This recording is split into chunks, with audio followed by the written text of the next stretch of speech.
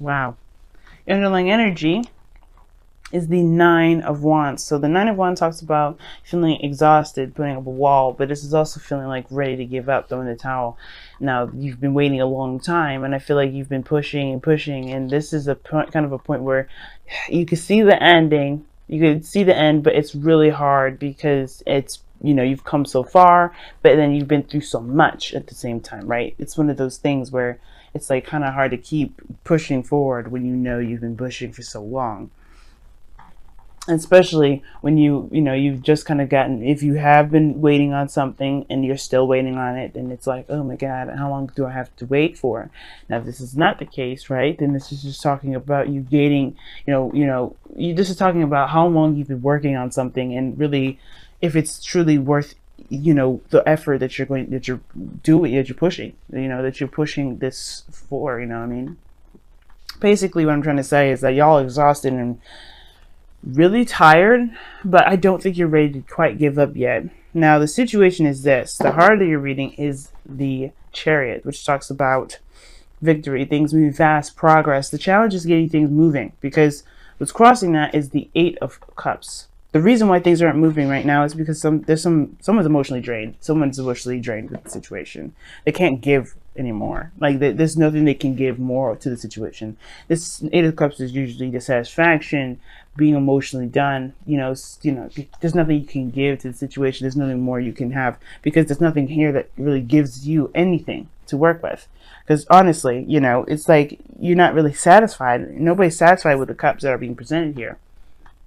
You have a ton of options, but they do not resonate with how you feel.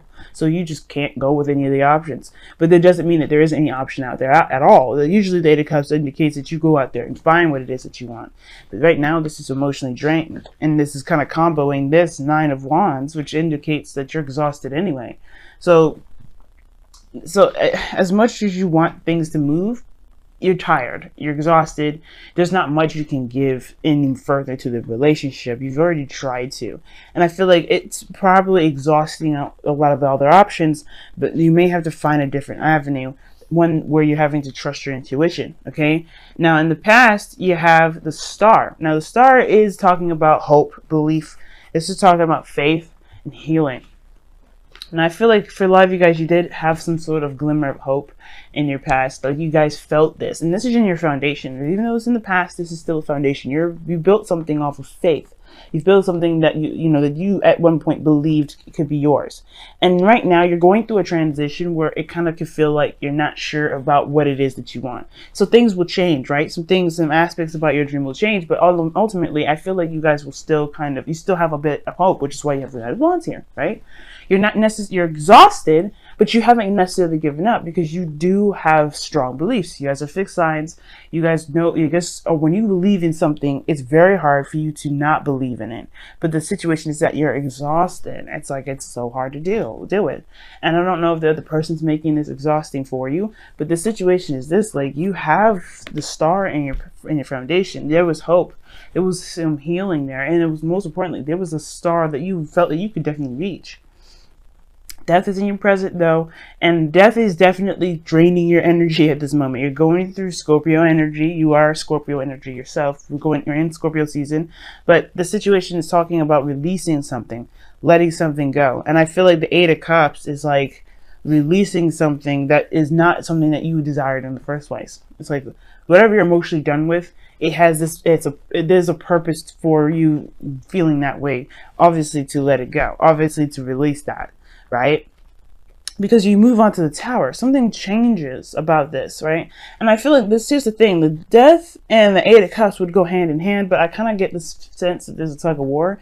Like, although you're not necessarily satisfied with it and you're emotionally done with the situation regarding death, it's almost like it's kind of, you're still trying to, you have like a tug and pull kind of situation with it, where like you don't really want to let it go completely, but you can't give it any more, because obviously I think it has to do with that Three of Swords that we saw earlier when I was shuffling, right? Like, it may have to do with some old issues, and this is a process of healing in itself, right? Because obviously death is a transition, it's a change, and you're going through this, and death is usually very slow. So whatever you're releasing right now has to do with probably old issues and old pains attached to some dreams, attached to the dream that you may have had. I think the dream will remain. I just think that there's some things about it that may need to kind of be let go with it. You know what I mean? Right? There's some aspects to this dream that's going to need to be released in order for you to have it. Because here you have the Tower, some radical change comes in. I'm going to go ahead and actually pull you guys an extra card for that one, because I don't know what that is, what this Tower is. You know, other than it being something shocking coming into your life, changing everything, as if everything wasn't changing already. And the fact that you have Judgment as your external energy, comboing the Death card, which is dual Scorpionic energy, which is you guys, right? I mean, that's your energy. It's still really intense for you guys. It's still like super intense. And this is something coming back from the past, something that you thought was dead. This is a revitalization. So something that you were emotionally done with is going through some sort of purification process. Like, it's getting cleansed out. So you can truly have an opportunity to do something with the, you know, whatever you've been trying to manifest. But why is the Tower in their future? What is this Tower in their future? The Knight of Cups. So you get surprised with perhaps something that you've been wanting, but it comes from the struggle of death, of releasing. There's some sort of attachment to this dream that may be blocking you from actually having it. And it could be that you feel emotionally done, or you're not necessarily sure if this is something you want. Let me go ahead and clarify the Eight of Cups for you as well. Why is the Eight of Cups? What is the Eight of Cups coming up? What is Eight of Cups for the Scorpios for this reading here? The Five of Wands, the conflict. All right, what is this conflict? Conflict is a second chance, second time around. Why? One more. The Emperor. That's interesting, because the Emperor talks about taking control, having their, you know, your way or the highway. You know, it's someone that's a little stubborn, and I feel like this is perhaps you're emotionally done with maybe relinquishing control, because at one period of time you did have to wait on something, or you did have to wait on someone, or maybe somebody else was waiting on you. But this is like, you know, obviously you're emotionally done with some sort of conflicts and some sort of back and forth, some sort of, you know, disagreements here and there, based off of a second chance with somebody that you feel as your divine partner, divine masculine partner, or perhaps this is something regarding taking control of the situation. You don't know if you can wait, or you can continue to be passive about this. I feel like you don't even know if you have enough in you to go ahead and take more action. You're kind of the one that was doing all the action in the first place, which is perhaps why you're feeling very defensive anyway, right? That's why this whole reading is about defense anyway. Just kind of blocking stuff off, but continuing it out. It's almost like you're just not sure if you really want to actually do any further, push any further. Because here you have the Ten of Wands, which talks about, you know, a burden, right? This is the ending of a cycle, right? This is what you've been waiting for, then, you know, from 9 to 10, completing a cycle here. But at this point, you want to, you know, this is about, you know, the burden that you've been carrying, and if it's, you know, worth continuing to carry it, right? Only you can decide whether to drop this burden or not.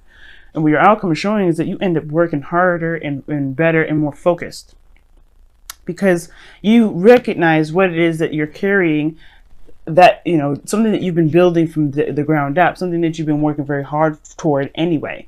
And I feel like you've been working very diligently with this, and now it's almost like you're not sure, you know, it's almost like that weird kind of, you know, transition to actually getting to what you want. It's almost like, you know, you're close to having this, but it's just like, is it true? Is it real? Is it what I want? Is it truly what I want? And the Tower comes in to change everything, because this is something that you've manifested. The Star and the Nine of Cups are in this reading. It's some big stuff.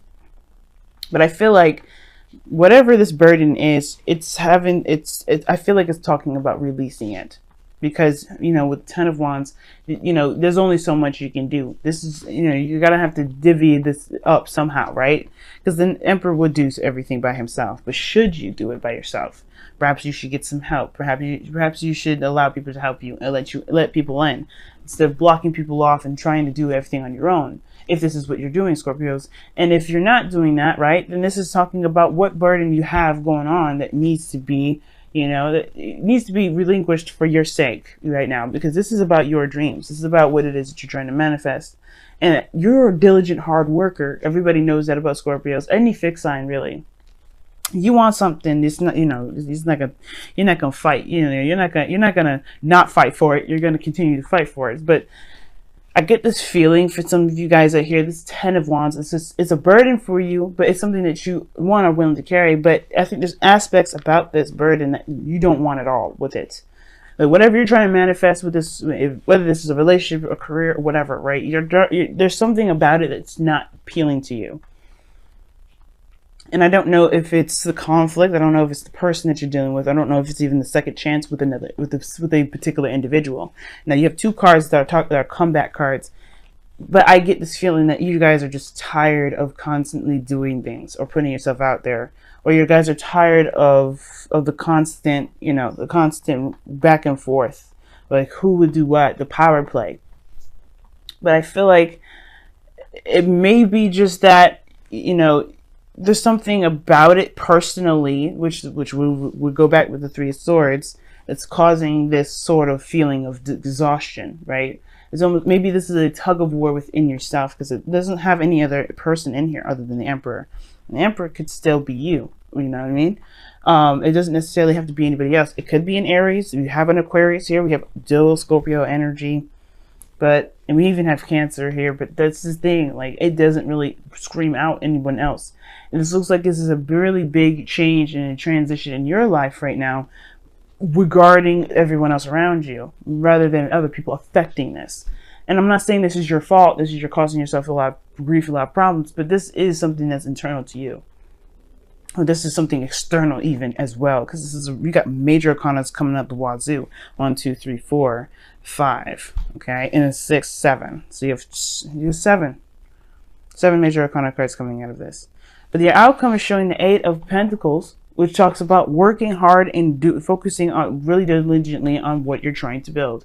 You know, that's the Apprentice card here, the 8 of Pentacles, really working diligently. But whatever is distracting you from making progress right now, that's being cleansed. This is being worked on. You're aware of whatever it is. It's just about, you know, taking action on it, it looks like, more than anything. Let's go ahead and take a look at your romance angels to see what you guys have for this for the next couple of weeks. All right, this could be the one. Wow, you have already met the romantic partner you seek. Maybe it's that the whole thing is about trusting it and believing that it's yours. You know what I'm saying? Because I was saying, like, I feel like it's more of a tug of war rather than I've, you know, like, yeah, what am I trying to say? I got lost in translation there. Jeez. But no, I was saying before, it's like, it feels like a tug of war. Like you don't necessarily know this is truly it kind of thing, you know? Like you're on the fence, like if you could truly go in. But that's the thing. Whatever you feel like you can't do, you can. And I think that's why death is showing up. Embrace the dark. Wow. This is your card, guys. I'm going to go ahead and read you the affirmation for this. Because usually, I mean, the messages, you know, are just so powerful, I feel. So I like reading them, but I'll give you my own interpretation before we read it. It's obviously talking about embracing the part of us that nobody wants to see, or even not even us. Not the part that we don't want to see, the part that we hide and keep from ourselves.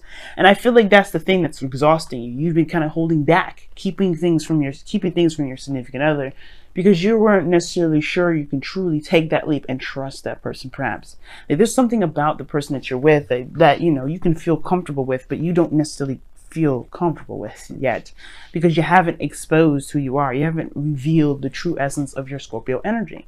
And some people may be scared about that. Some people find that intimidating, but I don't think that this person will feel any of that. I feel like this person will perhaps even embrace that with you. But the point of it all is that there's something personal within you, like I was saying in the very beginning, that you have to embrace, perhaps even drop the burden of putting up this wall. Because, you know, your darkness is part of you. I have a darkness. Everyone has a darkness. But it's about embracing that and recognizing that and saying, you know what, this is me, and this, if you can't handle it, you can't handle it. That's just who I am, Scorpio. You guys are, you know, you guys are dark in a way, But that darkness always shows us towards the light. You know, we go through Scorpio energy to see our truest selves. Scorpio season allows everybody in the zodiac, even the ones that are the lightest, like you say Sagittarius or Aries, or even a Taurus, right? They have to see their truest selves, and their truest selves come out during Scorpio season. And we're blessed to have a Scorpio season because of that, because otherwise we would never be acceptant of ourselves, of who we truly are. And I feel like this season is really showing you who you are within relationships, who you are with yourself. And what Embrace the Dark is saying is it's time to accept all of you, every aspect of you, even the parts that you feel that are maybe you may be deemed inappropriate for other people to see, or maybe what other people may not accept. But here's the message, right? You've been taught that all is either good or evil, negative or positive. Good gives rise to good, and bad gives rise to bad. It is wrong to have feelings of anger, dislike, or fear, as these emotions are born of our shadow selves. This is not truth. Everything happens for a reason. Love can rise to destruction, and hate can inspire acts of genuine love. The lessons offered by our shadow often teach us the most. Know your shadow self. Love it. Without the darkness, the stars could not be seen. Yeah, man. It sounds like a hard couple weeks, especially considering Venus is going retrograde, is still retrograde during this time that I'm reading for. But you guys can handle this. Nothing is ever given to you that you cannot handle. And when it comes to accepting your darkness and looking at how you are and who you are, you know, it can be exhausting to put up a mask. But I feel like this is not about putting up a mask. It's about, and you haven't been putting up a mask. It's more of like releasing and being you at all, in all facets, in all areas, you know. And that can be kind of scary to even show people, but that's the thing that you may have to release, that part of you that you've been hiding for so long.